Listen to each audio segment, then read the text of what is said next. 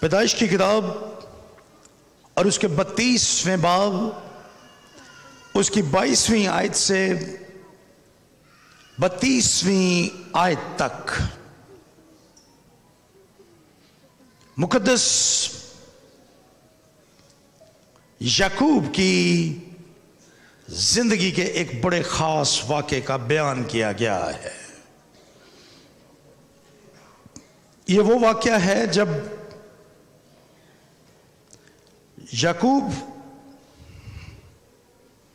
خدا سے ملتا ہے،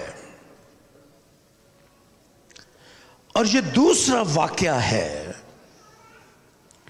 جب اس کا خدا کے ساتھ انکاؤنٹر ہوتا ہے۔ پہلے واقعے کا بیان آپ کو پیدائش کی کتاب اس کے 28ویں باب اور اس کی 10ویں آیت سے 22ویں آیت تک ملے گا۔ پیدائش کی کتاب اس کا 28واں باب اس کی 10ویں آیت سے 22ویں آیت تک، اور یہ جگہ ہے بیتیل۔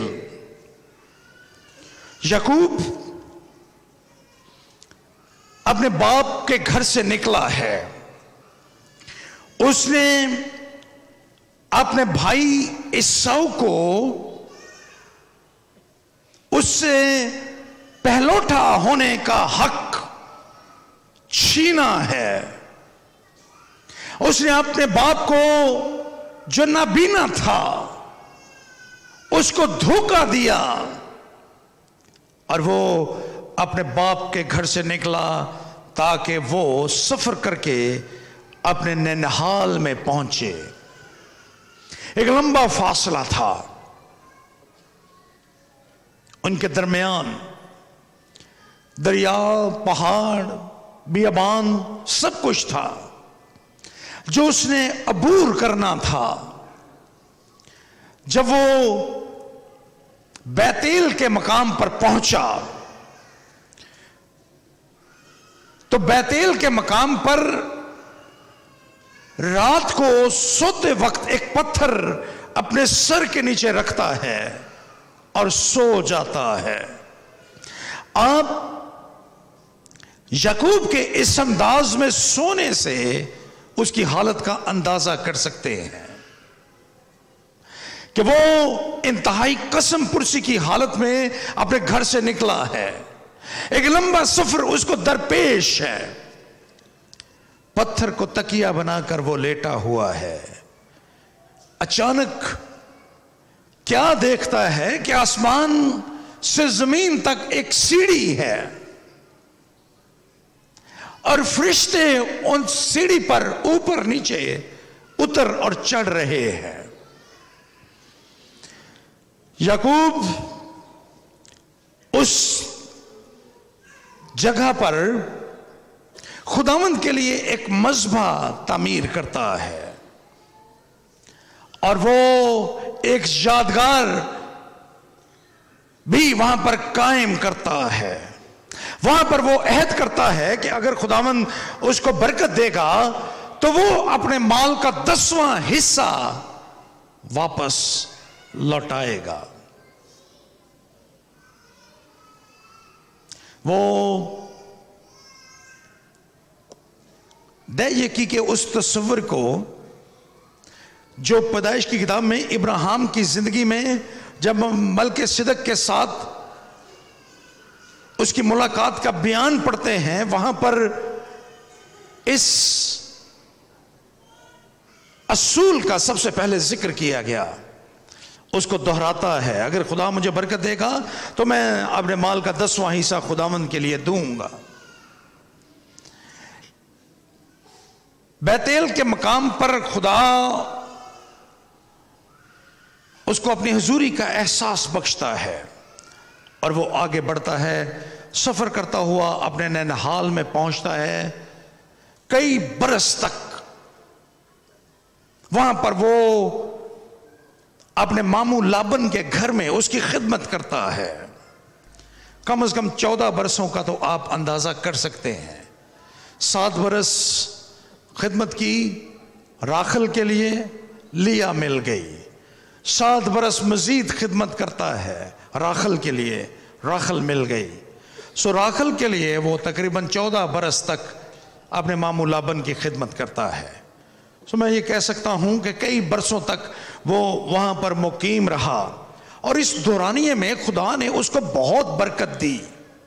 خدا نے اس کو مال و دولت دیا. اس کے مال مویشی میں خدا نے برکت عطا کی، جو اس زمانے میں دولت سمجھی جاتی تھی. کسی شخص کے مالدار ہونے کی علامت اس کے مال مویشی تھے. خدا نے اس کو خاندان دیا. اس کے 11 بیٹے اور 1 بیٹی تھی اس وقت، اور یہ اولاد 2 بیویوں سے، لیا اور راخل سے تھی، اور 2 لونڈیوں سے تھی، جو لیا کی لونڈی تھی اور جو راخل کی لونڈی تھی. ان سے یہ اولاد خدا نے اس کو دی تھی. راخل کا صرف 1 ہی بیٹا تھا اس وقت، یوسف. جب یعقوب واپس لوٹا اپنے ماموں کے گھر سے، دوبارہ خدا اس کو یبوک کے گھاٹ پر ملتا ہے. یبوک ایک نالا ہے جو یردن کے دریا کے ساتھ جڑا ہوا ہے، اور یہ فطری طور پر جلاد کے پہاڑی سلسلے کو 2 حصوں میں تقسیم کرتا ہے. اس کا نام جس جگہ پر یعقوب 32ویں باب میں پہنچا اس کو یبوک کہتے تھے. اس دریا کو، اس جگہ کی نسبت سے یہ دریائے یبوک تھا اس مقام پر جہاں یعقوب سے کی ملاقات خدا کے ساتھ ہوتی ہے. جب وہ یہاں پر پہنچتا ہے، اس کے دل میں ایک بہت بڑا خوف پیدا ہو جاتا ہے. اس واپسی کے سفر میں اس نے بہت سے تجربات بھی کیے تھے. اس نے بیتیل کو سے کترا کر نکلنے کی کوشش کی، کیونکہ اس کو یاد تھا کہ بیتیل کے مقام پر اس نے خدا کے ساتھ وعدے کیے ہیں، اور وہ ان وعدوں سے کترانا چاہتا ہے، نکل کر بچ کر نکلنا چاہتا ہے. لیکن ایسا کرتے ہوئے سکم کے مقام پر اس نے اپنی بیٹی کی حرمت گنوا دی. بیتیل میں پہنچا اور پھر سفر کرتا ہوا وہ یہاں تک آیا ہے. یبوک کے گھاٹ پر اس کے اندر ایک خوف پیدا ہوا، اور اس نے اپنے بیوی بچوں کو، اپنی لونڈیوں کو، اپنے سارے بچوں کو اور اپنے مال مویشی کو دریا کے پار کرواتا ہے. وہ خود ان کو دریا کے پار چھوڑ کر ان کو آگے جانے کا کہتا ہے کہ تم آگے چلے جاؤ، اور خود وہ یبوک کے کنارے پر موجود رہتا ہے. یہ دونوں تجربات، بیتیل کا تجربہ اور یبوک کے گھاٹ کا تجربہ، یہ بالکل فرق ہیں اپنی نیچر کے اعتبار سے. بیتیل کے مقام پر یعقوب نے ایک سیڑھی دیکھی تھی جس پر فرشتے اترتے اور چڑھتے تھے، لیکن یبوک کے مقام پر اس نے خدا کو دیکھا. بیتیل کے مقام پر یعقوب خدا کے حضور میں خدا پر ایمان لانے والا شخص بنا، بلیور بنا. لیکن یبوک کے گھاٹ پر ہم اس کو ایک شکستہ، ٹوٹے ہوئے اور بکھرے ہوئے شخص کے طور پر دیکھتے ہیں. بیتیل کے مقام پر وہ خدا کے حضور میں قبول کیا گیا ایک ایماندار کے طور پر، لیکن یبوک کے گھاٹ پر خدا اس کو ایک برگزیدہ شخص کے طور پر قائم کرتا ہے. بیتیل کے مقام پر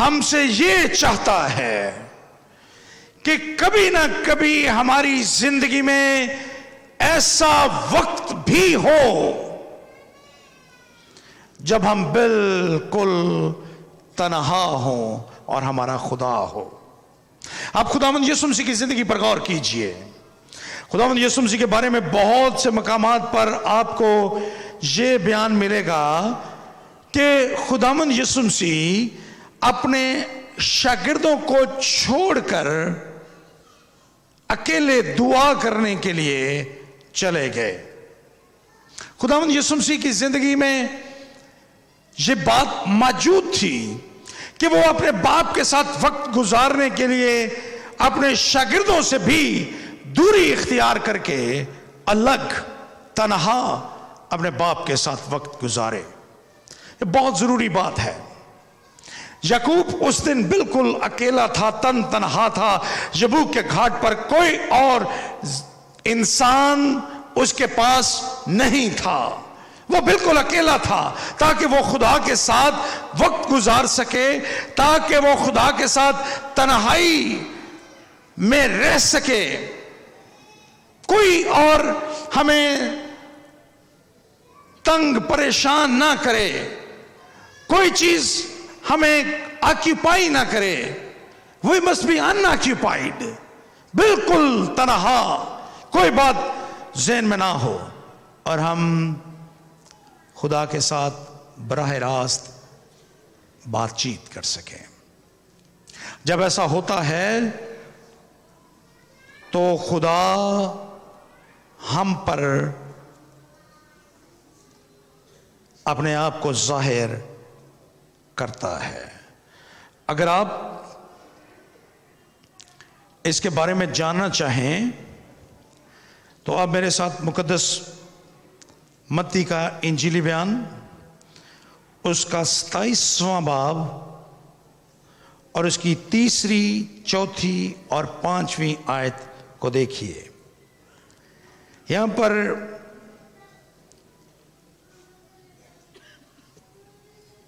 یہودا اسکریوتی کے بارے میں لکھا ہے۔ یہودا اسکریوتی نے جب خداوند یسوع مسیح کو پکڑوایا اور وہ تنہا رہ گیا، جب وہ تنہا تھا خدا اس پر ظاہر ہوا، یعنی خدا اس پر اس طرح سے ظاہر نہیں ہوا جیسے ہم فرشتے کی شکل میں یا تھیوفری نہیں، لیکن خدا نے اس کے دل میں پچھتاوے، اس کے دل کو پچھتاوے سے بھر دیا۔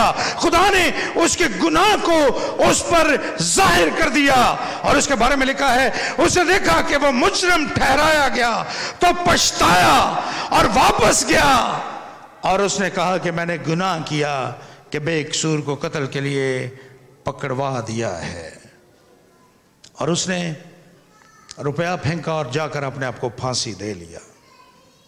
جب ہم تنہا ہوتے ہیں، جب ہم اکیلے ہوتے ہیں، تو خدا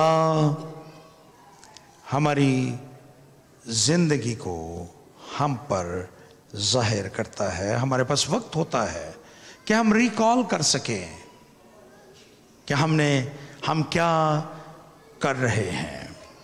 جب ہم مصروف رہتے ہیں، ہمارے دل اور ہمارے دماغ مصروف رہتے ہیں، اس وقت تک ہم خدا کے ساتھ مکمل طور پر وقت نہیں گزار سکتے۔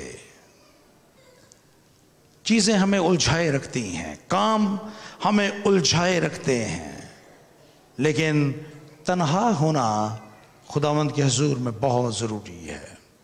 اور میں آج کی صبح آپ کے ساتھ پہلی بات جو رکھنا چاہتا ہوں وہ یہ ہے کہ آئیے ہم اس نئے سال میں خداوند کے ساتھ عہد کریں کہ ہم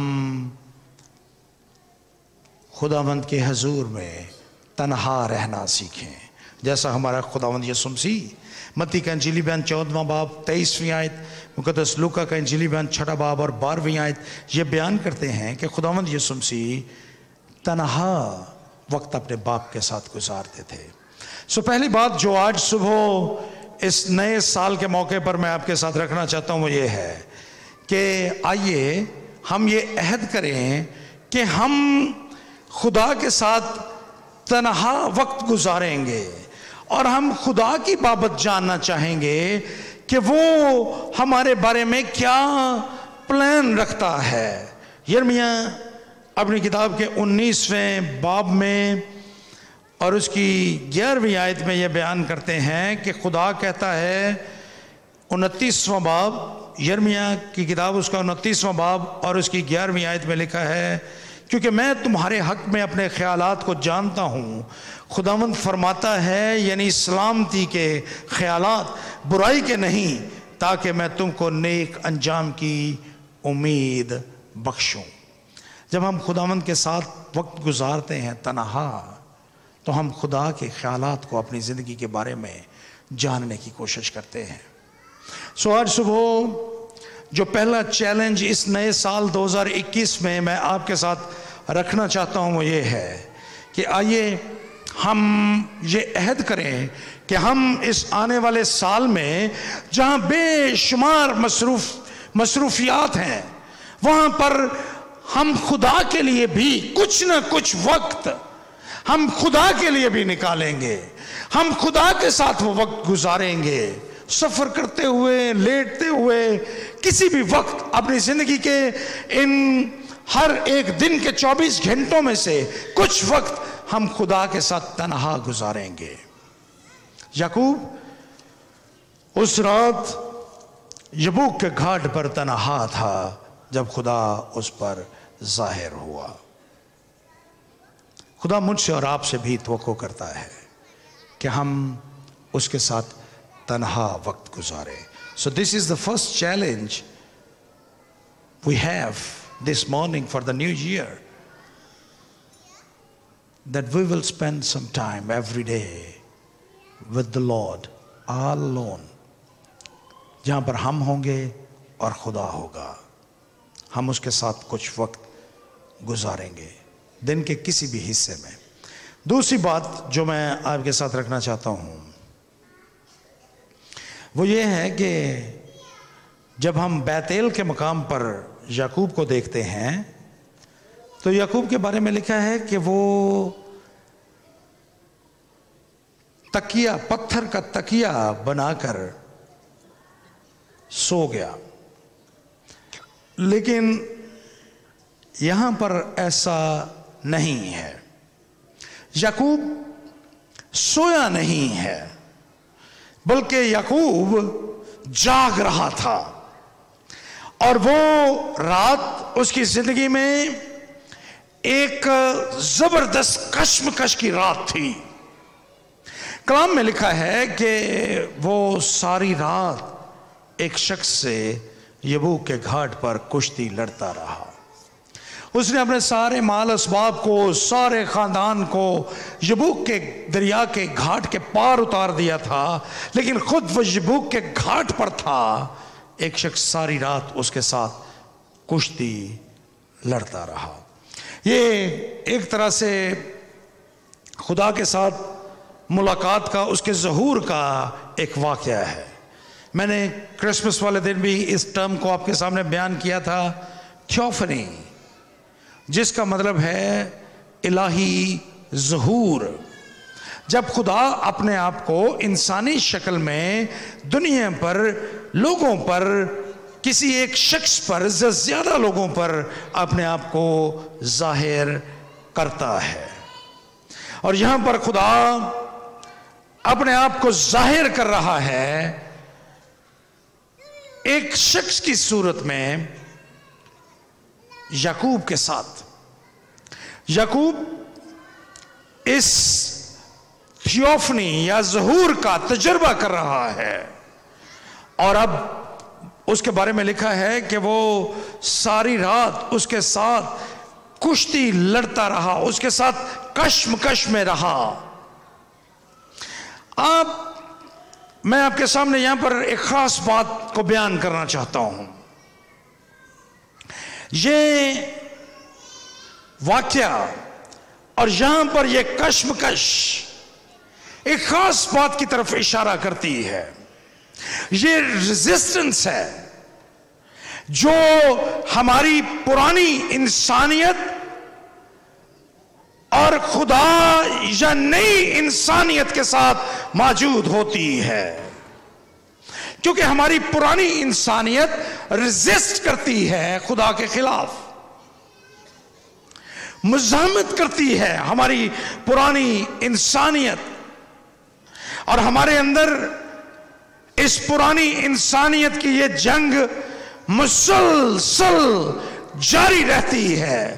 اگرچہ ہم خداوند یسوع مسیح کو اپنا نجات دہندہ قبول کر لیں، اگرچہ ہم خدا کے خاندان میں اس کے بیٹے اور بیٹی کے طور پر قبول کر لیے جائیں، اس کے باوجود جب تک ہم اس دنیا میں ہیں یہ پرانی انسانیت کی جنگ ہمارے اندر یہ کشمکش جاری رہتی ہے۔ مقدس پالوس رسول اس کو اپنے خطوط میں بیان کرتے ہیں،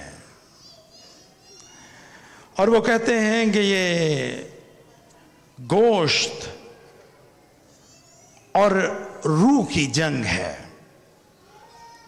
ہماری پرانی انسانیت اور خدا نے جو ہمیں نئی انسانیت بخشی ہے اس کے درمیان یہ جنگ ہے۔ رومیو کے نام خط اس کے 7ویں باب اس کی 15ویں سے 25ویں آیت میں وہ اس کو بیان کرتا ہے، اور وہ کہتا ہے کہ یہ جنگ ہمارے اندر جاری رہتی ہے، یہ جنگ جاری ہے ہمارے اندر، ہماری شخصیت میں۔ ہماری پرانی انسانیت ہمیں مجبور کرتی ہے کہ ہم خدا کے خلاف مزاحمت کریں، اسی لیے وہ اپنے مختلف خطوط میں مثال کے طور پر وہ کلوسیوں کے نام خط اس کا 3واں باب اس کی 5ویں سے 10ویں آیت میں، افسس کی کلیسیا کے نام لکھے گئے خط اس کے 4تھے باب اس کی 22ویں سے 24ویں آیت میں، اور گلتیوں کے خط اس کے 5ویں باب اس کی 19ویں سے 25ویں آیت میں اس بات کو خاص طور پر بیان کرتا ہے، اور ایمانداروں سے یہ کہتا ہے کہ وہ اپنے اعضاء کو مردہ کریں اور وہ پرانی انسانیت اور غضب کے اور نافرمانی کے فرزندوں کے کاموں کو جس میں وہ پہلے زندگی گزارتے تھے ان کو چھوڑ دیں۔ اور گلتیوں کے خط اس کے 5ویں باب اس کی 19ویں سے 25ویں آیت میں وہ روح کے پھل کا بیان کرتا ہے، وہ جسم کے پھل کا بھی بیان کرتا ہے، اور وہ دونوں کو بیان کرتا ہے کہ یہ دونوں ایک دوسرے کے خلاف ہیں، ان کے درمیان کشمکش اور مزاحمت ہے۔ وہ اپنے بارے میں کہتا ہے کہ میں مکے مارتا ہوں، اپنے آپ کو قابو رکھتا ہوں، اپنے جسم کو۔ جسم اور روح کی پرانی انسانیت اور نئی انسانیت کی یہ کشمکش ہمارے اندر جاری رہتی ہے۔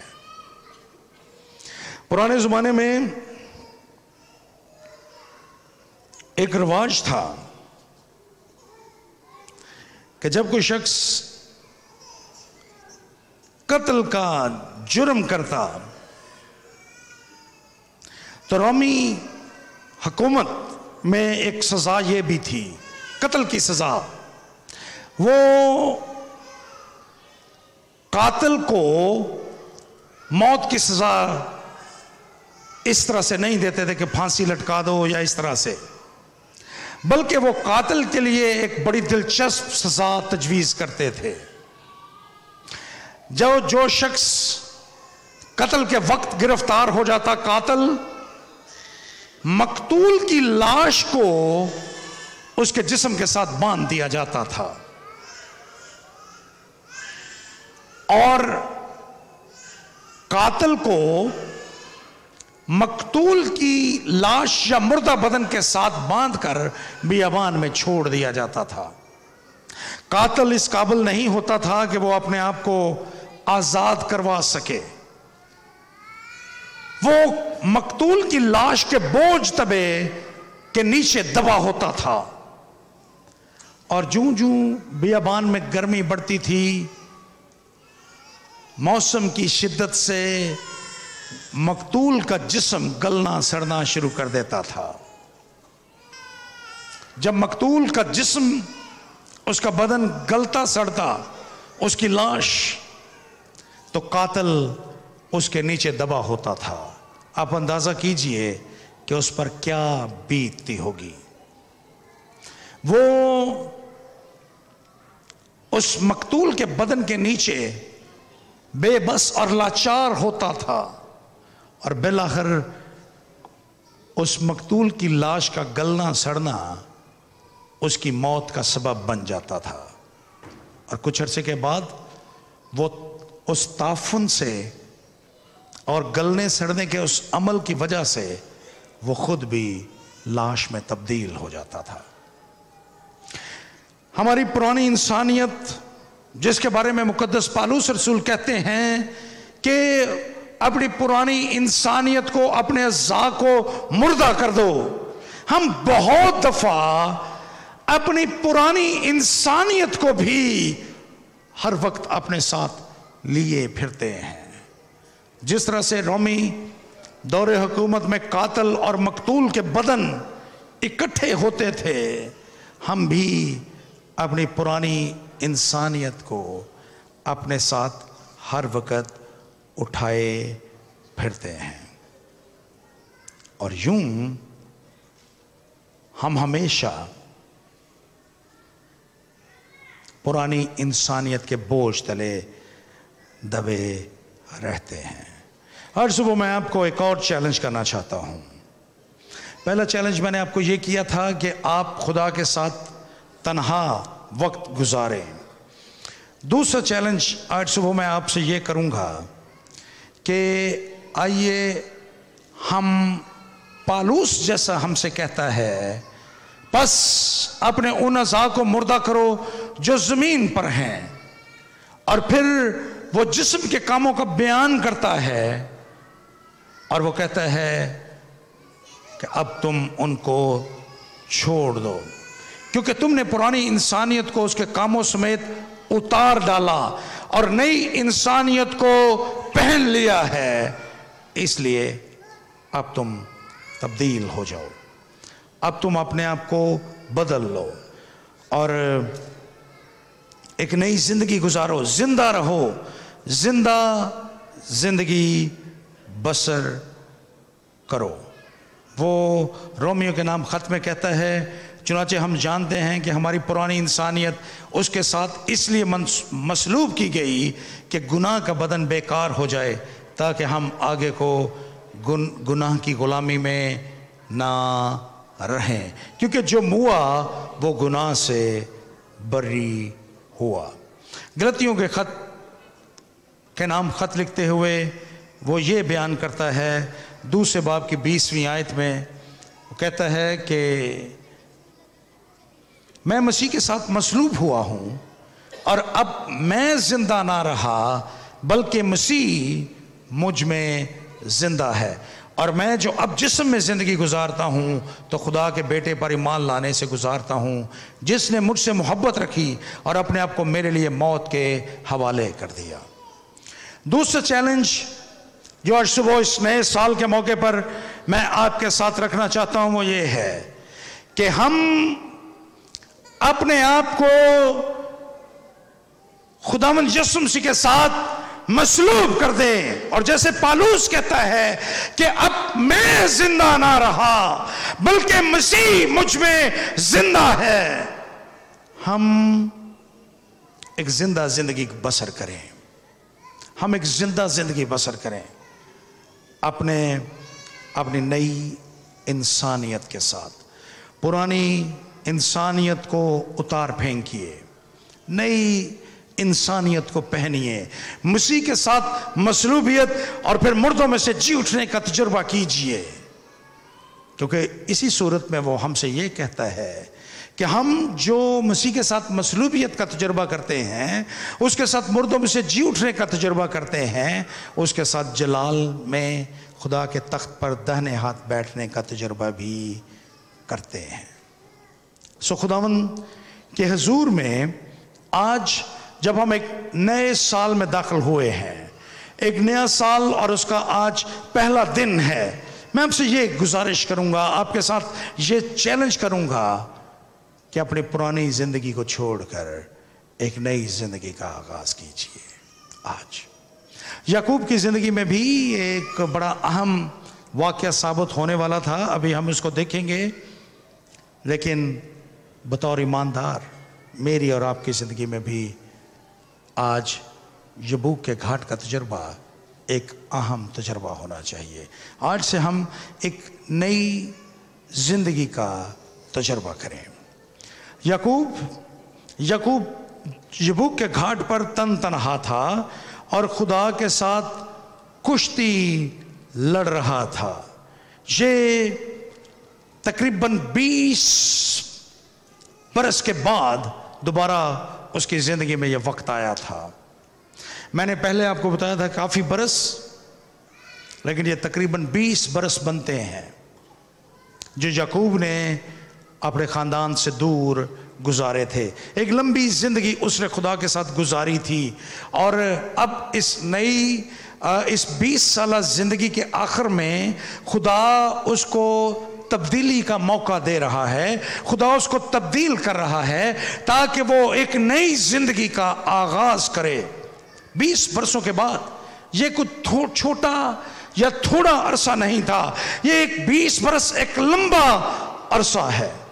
ہم ایک ایسی دنیا میں رہتے ہیں جہاں پر ہم ہر ایک چیز انسٹنٹ چاہتے ہیں، انسٹنٹ کافی، انسٹنٹ ٹی، ہر چیز انسٹنٹ فوری طور پر ہو جائے۔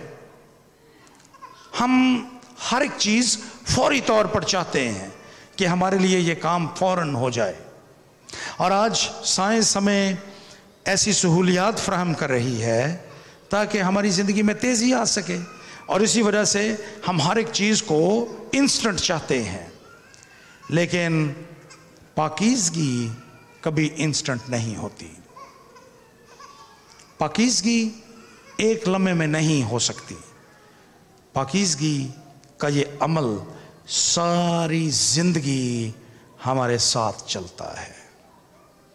ہم اس کو تقدیس کا عمل کہتے ہیں، جب خدا ہمیں پاک کرتا ہے، خدا روز بروز ہمیں پاک کرتا ہے، اور اس کے لیے صبر کے ساتھ خدا کے ساتھ زندگی گزارنا بڑا اہم ہوتا ہے۔ آہستہ آہستہ خدا ہمیں پاکیزگی کے عمل سے گزارتا ہے، وہ ہمیں برگزیدہ تو ٹھہرا دیتا ہے۔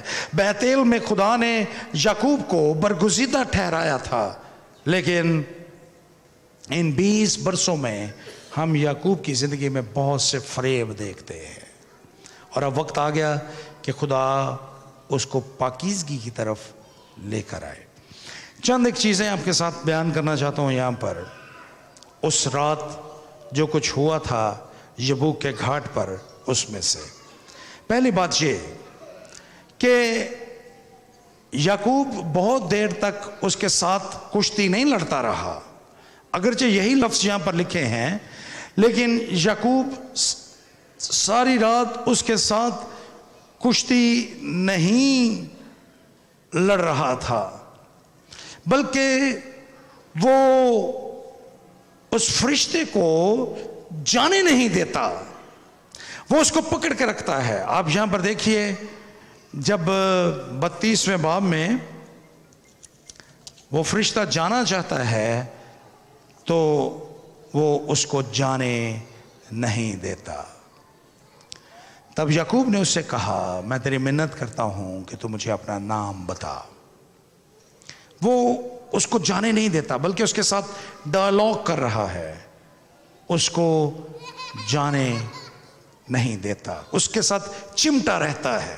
اسی لیے میں نے سوچا کہ اگر آپ پہلے اس فلم کو دیکھ لیتے تو آپ اس میں دیکھتے کہ یعقوب سارا وقت اس کے ساتھ کشتی نہیں کر رہا تھا، بلکہ جب وہ فرشتہ جانے کی کوشش کرتا ہے تو وہ اس کے پاؤں پکڑ لیتا ہے، وہ اس کے ساتھ چمٹنے کی کوشش کرتا ہے، وہ رزسٹ کرتا ہے تاکہ وہ اس کے پاس رہے اور اس کو برکت دے، اور اس کو وہ کہتا ہے کہ تو مجھے برکت، یعقوب نے کہا جب تک تو مجھے برکت نہ دے میں تجھے جانے نہیں دوں گا۔ یہ یعقوب کے الفاظ تھے کہ جب تک تو مجھے برکت نہ دے گا میں تجھے جانے نہیں دوں گا۔ یعقوب اس کے ساتھ چمٹا رہتا ہے اور وہ اس کو جانے نہیں دیتا۔ یعقوب جب یہاں پر اس کے ساتھ زور آزمائی کر رہا تھا تو وہ یہ کوشش کرتا ہے کہ وہ اس کو جانے نہ دے، اس سے برکت کو حاصل کرے۔ اس کا کیا مفہوم ہے؟ یوں لگتا ہے کہ جیسے یعقوب اپنی سارے مال و دولت، سارے روپے پیسے، سارے مال مویشی ہونے کے باوجود اپنی زندگی کے ان گزرے ہوئے برسوں سے مطمئن نہیں تھا۔ اس نے بیتیل کے مقام پر کہا تھا کہ اے خداوند تو مجھے برکت دے، اور اگر تو مجھے برکت دے گا تو میں اپنے مال کا 10واں حصہ تجھے دوں گا۔ اور اب یبوک کے گھاٹ پہ وہ کہتا ہے کہ میں تجھے جانے نہیں دوں گا جب تک تو مجھے برکت نہ دے۔ یعقوب کے نزدیک برکت کا مفہوم بدل چکا ہے۔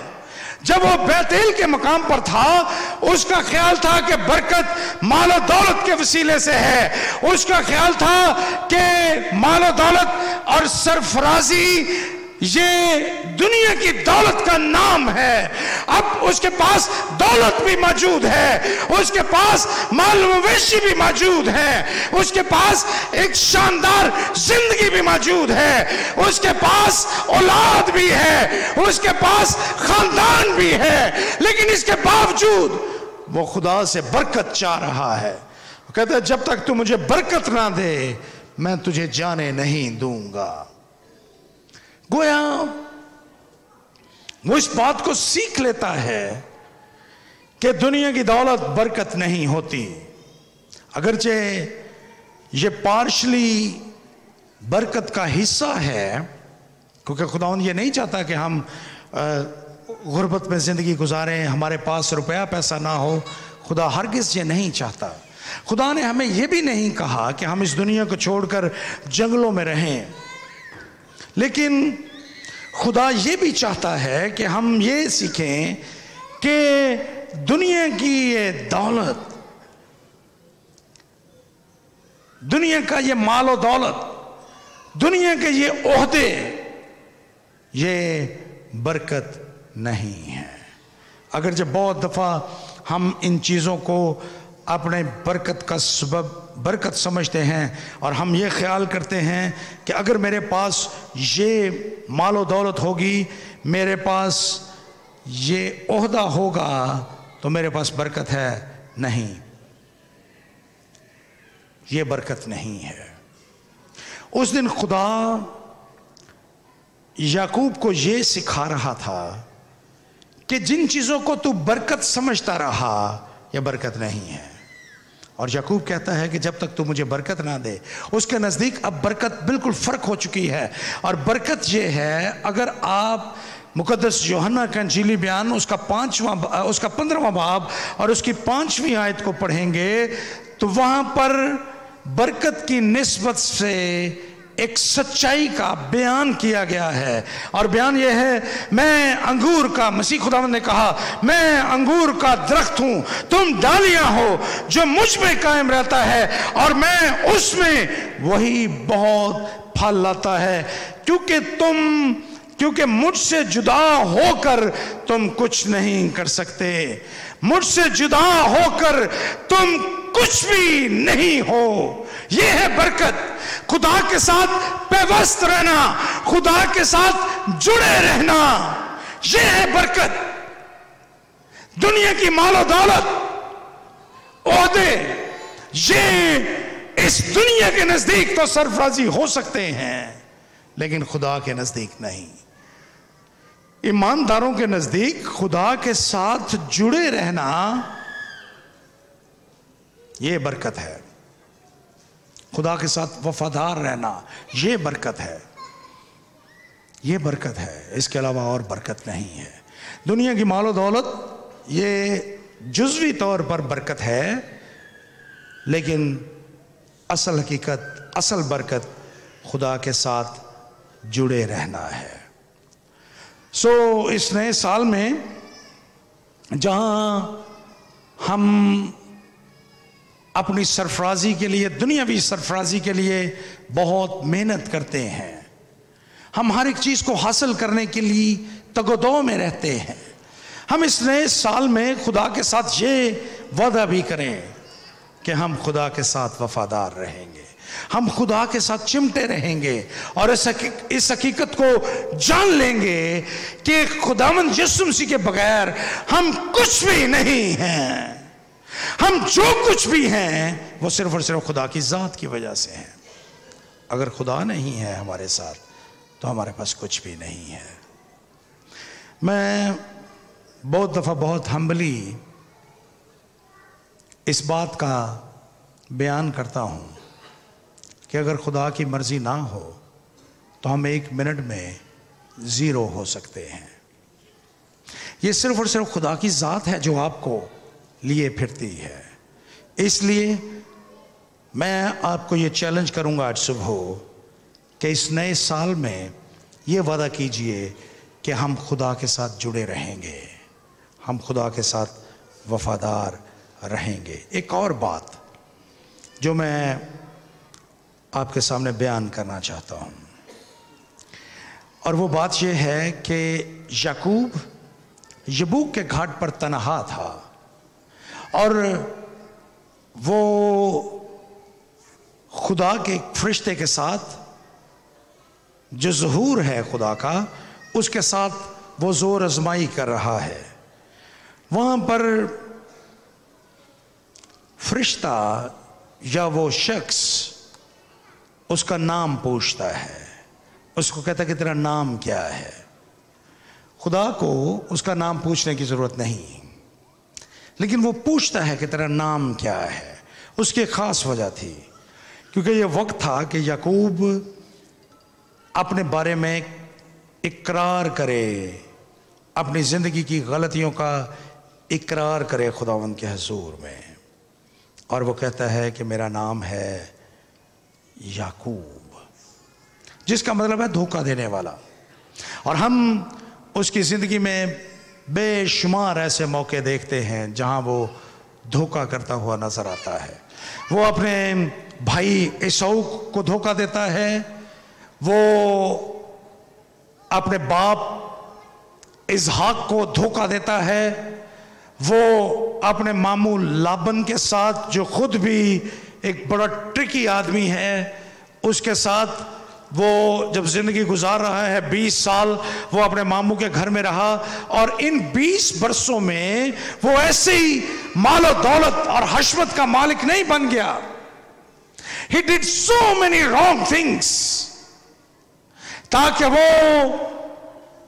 ان تمام چیزوں کو جس کی اس کو تمنا تھی ان کو حاصل کر سکے۔ وہ چیٹ کرتا ہے، وہ دھوکہ دیتا ہے تاکہ وہ ان تمام چیزوں کو حاصل کر سکے۔ اور آج یہاں پر خدا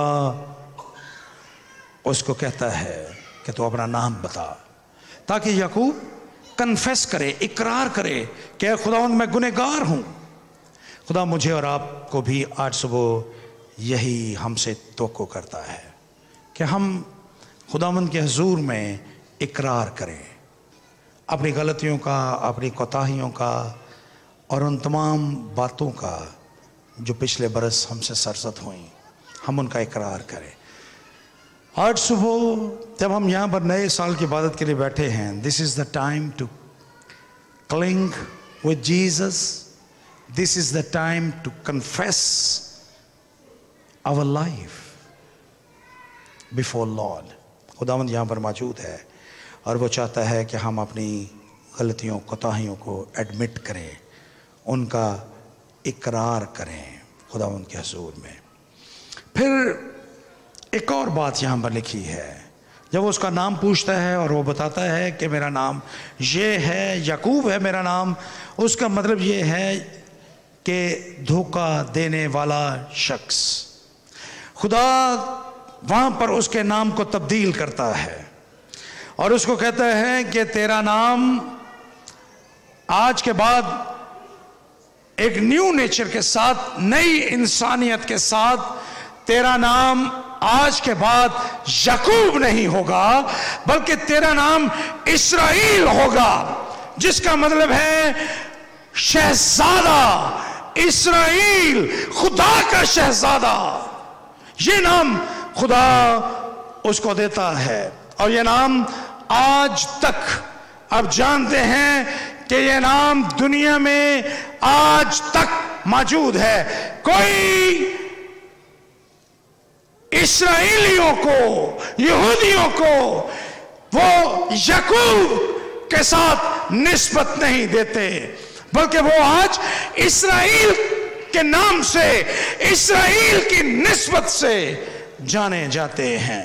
خدا نے اس کو کہا کہ میں تجھے ایک نیا نام دے رہا ہوں اور یہ نیا نام ہے کہ تو آج کے بعد اسرائیل ہوگا۔ خدا اس کو رد نہیں کرتا، خدا اس کو چھوڑ نہیں دیتا، بلکہ خدا اس کو ایک نیا نام دیتا ہے۔